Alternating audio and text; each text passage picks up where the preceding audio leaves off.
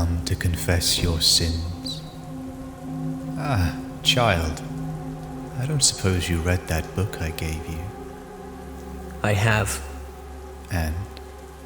I have seen the dark universe yawning, where the black planets roll without aim, where they roll in their horror unheeded, without knowledge or luster or name. Good. Remember, my child, madness is the only freedom.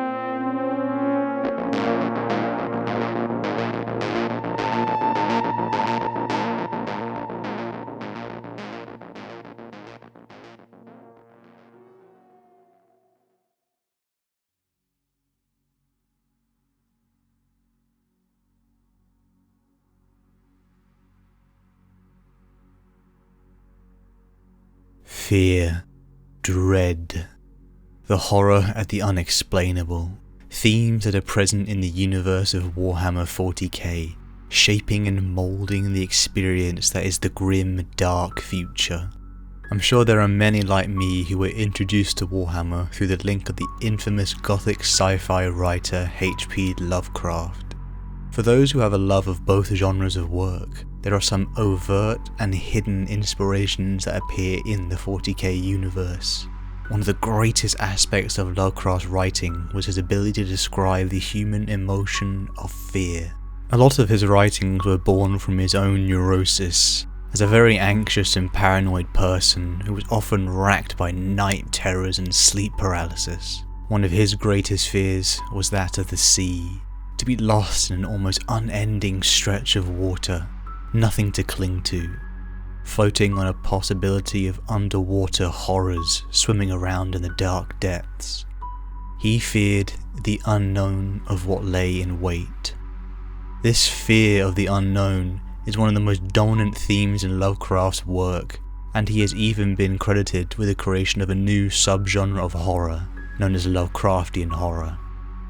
Lovecraftian horror is described as such: the fear and awe we feel when confronted by phenomena beyond our comprehension, whose scope extends beyond the narrow field of human affairs and boasts of cosmic significance. A contemplation of mankind's place in the vast, comfortless universe revealed by modern science, in which the horror springs from the discovery of the appalling truth. A naturalistic fusion of horror and science fiction, in which presumptions about the nature of reality are eroded.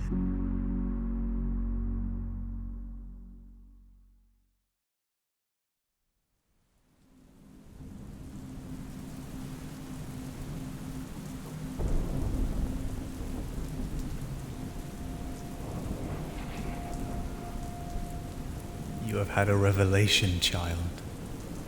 Now tell me of fear. The oldest and strongest emotion of mankind is fear. And the oldest and strongest kind of fear is fear of the unknown.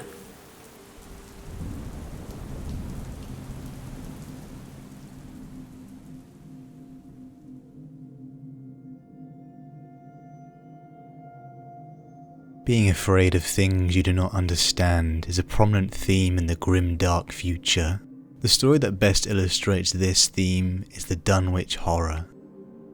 In the isolated, desolate, decrepit village of Dunwich, Wilbur Whately is a hideous son of Lavinia Whately, a deformed and unstable albino mother. Their father is unknown. The events surrounding the conception of Wilbur is a mystery to the frightened neighbours of Dunwich. Wilbur matures at an abnormal rate, reaching manhood within a mere decade, but he is shunned and feared due to his odd and ugly appearance. Various locals grow suspicious after old Whately buys more and more cattle, yet the number of his herd never increases, and the cattle in his field become mysteriously afflicted with severe open wounds. During long cold nights, locals begin to hear haunting sounds coming from the Whately's barn. Something was inside.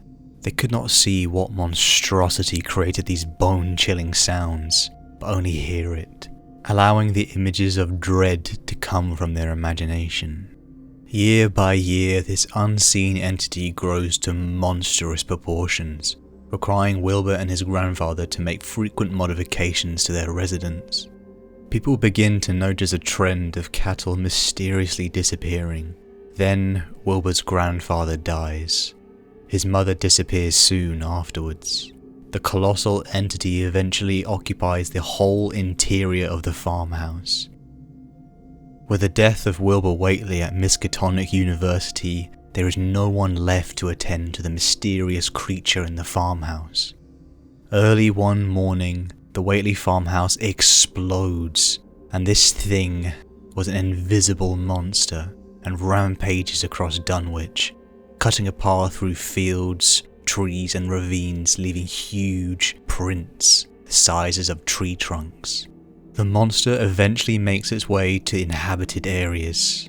This invisible creature terrorizes the town for several days, murdering 2 families and several policemen, until Dr. Armitage and Professor Warren Rice and Dr. Francis Morgan from Miskatonic University arrive. They had the knowledge and the weapons needed to kill it. The use of a magic powder renders it visible, just long enough to send one of the crew into shock. The barn-sized monster screams for help, in English, just before the spell destroys it, leaving a huge burned area. The dread of this story is brought from the fact that we, the reader, imagine the creature to be more terrifying than anything we can put into words. For H.P. Lovecraft, this very fear of creatures that we could not see or protect ourselves from came from that very childhood fear of the ocean. Don't you feel it too? The emptiness, but yet claustrophobic sensation alone in the water. In the darkness below the waves, you are watched by things that move with speed greater than yours. Eyes watching you, belonging to creatures possibly larger and older than you. It's that uncomfortable tingle down your spine, accompanied by that increase of thumping in your chest. Dread at the ignorance.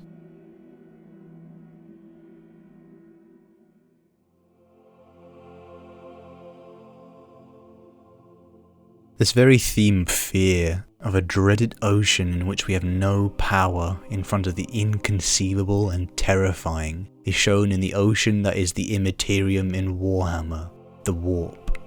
A mirror dimension of pure energy, a sea of the discordant emotions of the sentient races of the material universe.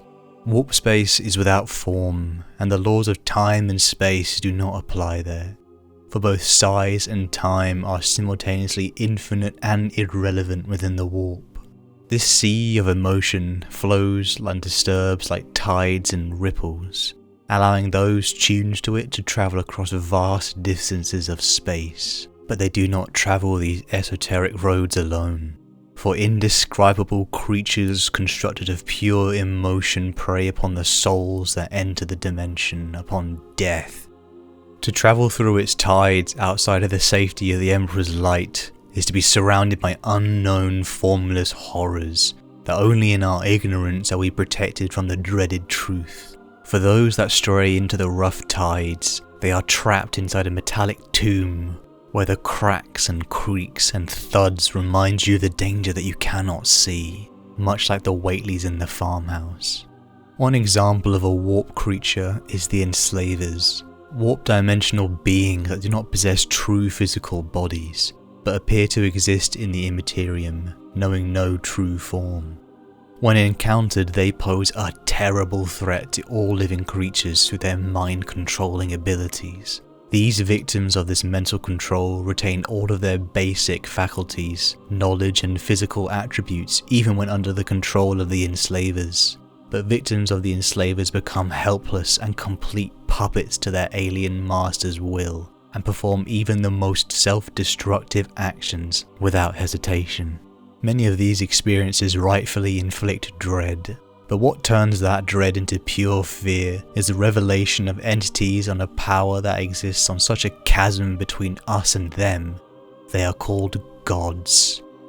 4 incomprehensible creatures constructed of the excesses of our own inner thoughts, who bend the immaterial sea around them to create realms of corruption, home to even more deformed creatures, taking on their forms of our worst nightmares. These immaterial beings have no allegiance to time or perception that humans are capable of rationalizing. In this dreaded sea, we are confounded by the dread we experience through our own ignorance of what we do not understand.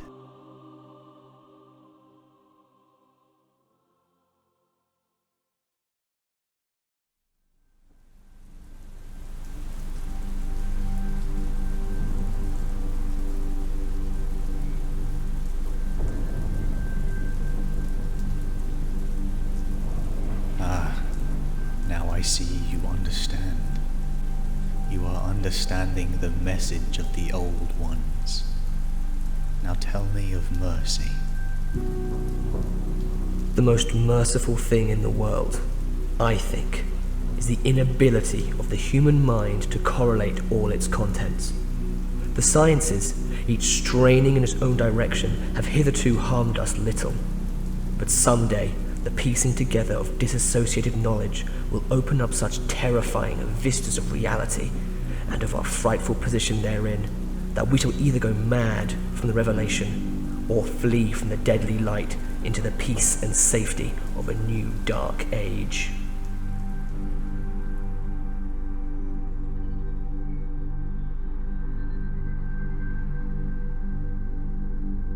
Ignorance at times can be bliss, for there is some knowledge in the universe that upon its revelation is maddening. This theme is best represented in the story The Call of Cthulhu. Francis Wayland Thurston is dead, and what follows has been found amongst his papers. Francis has been the executor of his late grand-uncle's estate, a retired professor at Brown's University named George Crammell Angell. Among Angell's possessions, Francis finds a locked box that contains an odd clay sculpture, a 2-part manuscript entitled Cthulhu Cult. Francis studies the sculpture. It is an uncomfortable figure that looks like an octopus, dragon, and human combined. In the first part of Angell's manuscript, Francis learns how a sculptor from the Rhode Island School of Design named Henry A. Wilcox once showed up in Angell's office with this sculpture, speaking of strange dreams he had after an earthquake on March the 1st.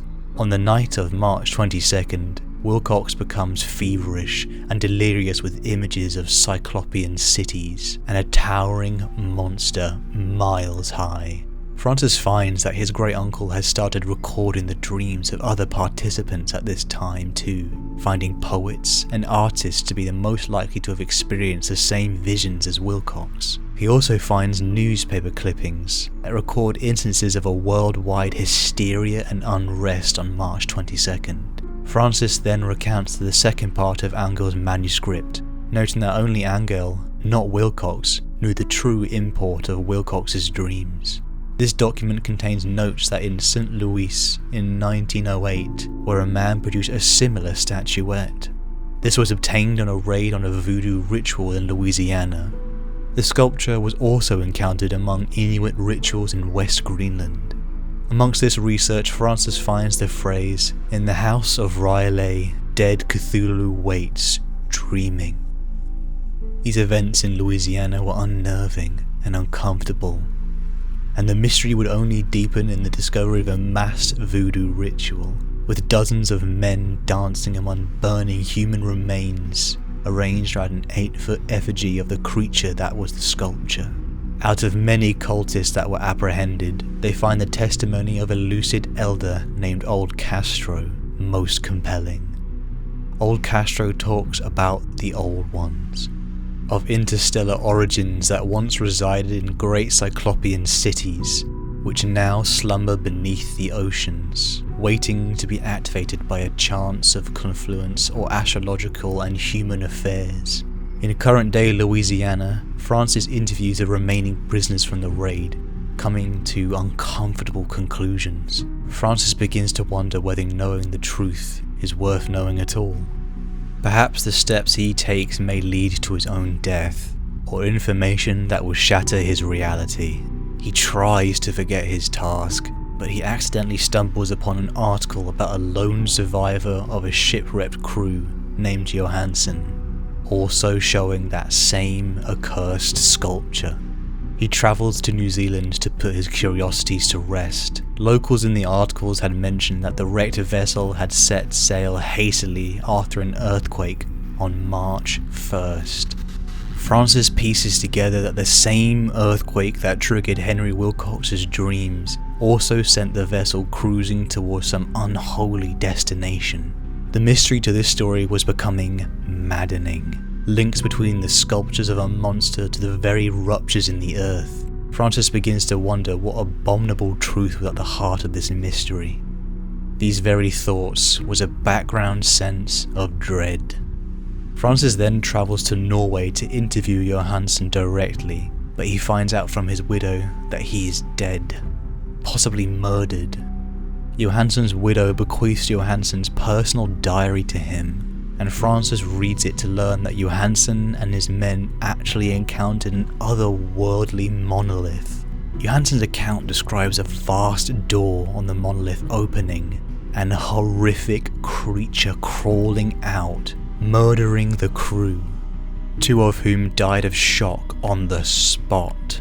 This tale was almost too much to read, but Francis reads on, as Johansson describes frantically navigating the ship away from the island, as the eldritch creature pursues, with one other companion who eventually succumbs to madness and dies. Johansson only escapes by ramming the ship into the monster.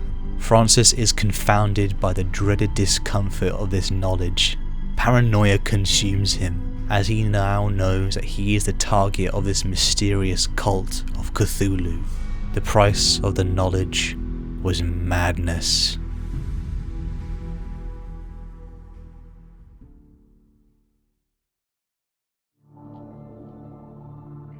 Much like the roots of insanity in Lovecraft, the Warhammer universe has madness tied up with the incomprehensible powers of the dark gods of the Immaterium. We see, much like with the cult of Cthulhu, many dark sects of blasphemous worship appear throughout the Imperium, worshipping entities they cannot truly understand. There are cults that in general worship all 4 of the main dark gods of the ruinous pantheon. These individuals, much like with the Lovecraftian cults, seek to perform rituals in reverence to the ruinous powers, echoing mad screams and chants as they become raptured with the knowledge and influence of the Immaterium. The outside begins to reflect the rotten heart within, and there are many bodies that begin to mutate with tentacles, extra limbs, extra eyes, or an assortment of other deformities. As one goes further down the rabbit hole of chaos dedication in the cult, they are on the very tip of the insane. For those cults that dedicate themselves to a particular chaos god, they are affected by new and unique blessings of their patron.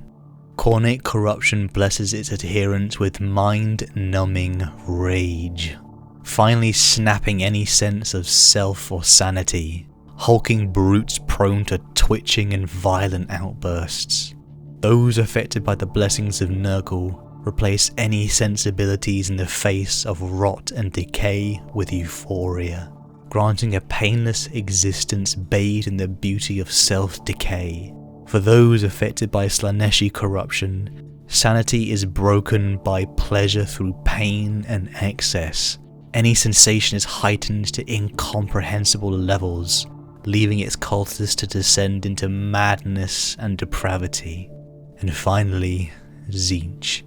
Francis Thurston in The Call of Cthulhu shows that it was his unreasonable curiosity that led to the knowledge that he was not prepared for. For any cultists of Tzeentch, this is most certainly a fate that awaits most of them. The blessings of the Changer of Ways can be a trove of knowledge for the curious, but like with Francis, sometimes ignorance can be bliss, for the curse that comes with this blessing is knowledge that destroys your take upon reality. As the arrogant delve into the power of change, they may find that they are prone to its repercussions. For those that delve too deep unprepared, there has the possibility of transforming into chaos spawn, a blubbering mess of deformed mutated flesh, with a completely insane host, lost to howling and mumbling nonsense, with not a single thread of sanity left. If only they had taken the comfort in their ignorance, many people would have been spared these horrible fates.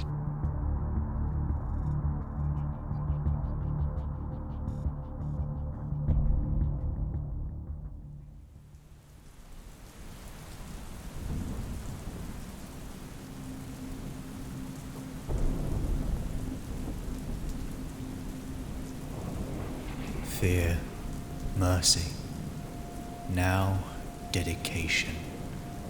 Tell me what you have read of our Lord.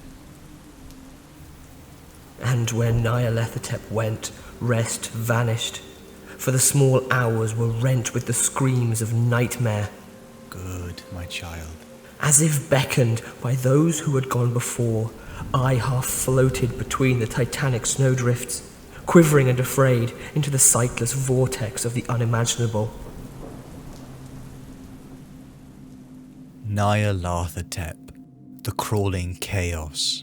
The great manipulator is one of the greatest creations of Lovecraftian horror. Nyarlathotep differs from the other deities in the mythos in a number of ways. Most of the outer gods are exiled to the stars, like Yog-Sothoth, or locked in eternal slumber like Azathoth, and most of the great old ones are sleeping and dreaming like Cthulhu, only leeching out through the dreams of humans. Most of the dark entities of the Lovecraftian universe are uncaring creatures beyond that of human understanding, seeing the form of man as we see ants. However, Nyarlathotep is active and frequently walks the earth in the guise of a human being, usually a tall, slim, joyous man, though you would be gravely mistaken to comprehend him as human in any meaningful sense, for contained within that human form is a possible 1,000 other forms and manifestations, most of them quite horrific and sanity-defying. His various forms range from monstrous thick-furred creatures to masses of writhing eyes and mutated flesh. Many of these outer gods draw the attention of blasphemous worship due to their power that they wield, or the influence that they seep out into the world. Though most outer gods are completely uncaring of their followers, Nyarlathotep serves several cults, and takes care of their affairs in the other outer gods' absence. Most other outer gods use strange alien languages, while Nyarlathotep is capable of human language and can easily pass for a human being if he chooses to do so. There is no doubt that the outer gods are all powerful, yet most of the time this catastrophic power is directionless. But what makes the crawling chaos so dangerous is his love for manipulation and deceit. An existence with absolute power could be boring. No challenges, no conflict. This is why Nyarlathotep loves to pull the strings of fate, toying with mortals like pieces on a chessboard. Imagine that you find misfortune, suffering tragic events one after another. Everything you care for is lost, and you are struck by how powerless you are to change your fate. As you descend the steps of madness, you find the architect of fate a figure you knew all along, laughing maniacally as he snaps the final strings of your sanity. This is Nyarlathotep, playing with us like children do toys. But it is suggested that when he finally does grow bored of these games, he will destroy the human race, and possibly the earth as well. Nyarlathotep's first appearance is in the eponymous short story by Lovecraft, in which he is described as a tall, swarthy man who resembles an Egyptian pharaoh. In this story, he wanders the earth, gathering legions of followers through his demonstrations of strange and seemingly magical instruments. The narrator of this story is among them. These followers lose any awareness of the world around them, and through the narrator's increasingly unreliable accounts, we begin to sense the destruction of the world around us. The story ends with the narrator as part of an army of servants for the crawling chaos. In the story The Dream Quest of Unknown Kadath, again the outer god manifested in the form of an Egyptian pharaoh when he confronted Randolph Carter. He explains to Carter that the gods of the Dreamlands have seen the city of Carter's dreams.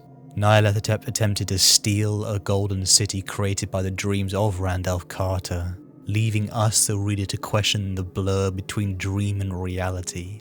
We leave the story with Randolph managing to wake himself up, thus denying Nyarlathotep his golden city, but it is impossible to say, given the godlike power this creature possesses, whether he allowed this as part of a greater scheme.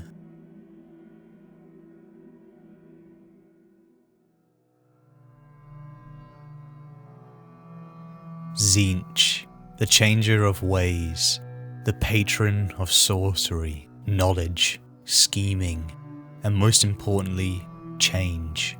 Tzeentch is empowered by our desire for evolution, improvement, innovation, and progress, and most importantly, ambition. The crawling chaos mirrors Nyarlathotep heavily in the Warhammer universe. Though they have their differences, the similarities are more numerous. Tzeentch is known as the Great Conspirator, and works to corrupt the aspirations and ambitions of mankind and Xenos alike, and to leverage these hopes and dreams for his own ends. The other gods of the Immaterium often prefer the more direct approach. Khorne with bloodshed and slaughter, Nurgle with disease and decay, and Slaanesh with the allure of ecstasy and decadence. However, like Nyarlathotep, Tzeentch relishes in the subtle manipulation, often using underlings and disguises to slowly nudge their victims towards his own agenda. Many a politician, scholar, military officer, or any other leader has begun a promising career, a worthwhile project, an intellectual investigation, only to find himself, perhaps by a seemingly well-intentioned colleague, nudged in the right direction, perhaps delving into forbidden tactics to satiate a hunger for knowledge, or information useful to overtake a rival. This power of change leads to the inevitable escalation, leading on to possibly self-mutation, the enactments of dark rituals ending in the disastrous spread of rampant change. Much like the domain of power for Nyarlathotep in the Dreamlands, Tzeentch possesses his own realm of the inconceivable. Of all the landscapes of the warp, the change of ways is by far the most bizarre and incomprehensible, for its crystalline structures force travelers to view all 9 dimensions simultaneously. This effect not only distorts the senses of any who intrude, but will also pull apart the purpose and aspirations and turn them into insanity and despair. Only known to a handful is the cursed knowledge to traverse this crystalline maze, and if one was by some miracle to approach the center, they would find the impossible fortress. Within this fortress, time and space does not exist at all, and gravity shifts and changes or disappears altogether. Lights of every color, some even unknown in the real universe, spring from the shifting walls. At last, if you were cursed enough to find yourself here, in the physical or dreaming, you would find the architect of it all, Tzeentch itself. Like Nyarlathotep, the crawling chaos's true form is a mystery. You may find a writhing mass of serpents, eyes and mouths, a tentacled avian beast, or simply a harmless figure. It would depend entirely on how this mad god wishes you to attempt to perceive him. While Tzeentch is distinctly his own, the inspiration from this ever subtly scheming, all-powerful Nyarlathotep has played a role in the creation of this deity. What do you think? Let me know down in the comments any more links between the fantastic world of Lovecraftian horror and the Warhammer universe, and stay tuned for part 2. Don't forget to like and subscribe, and comment down below if you want to help me with the algorithm for the algorithm gods.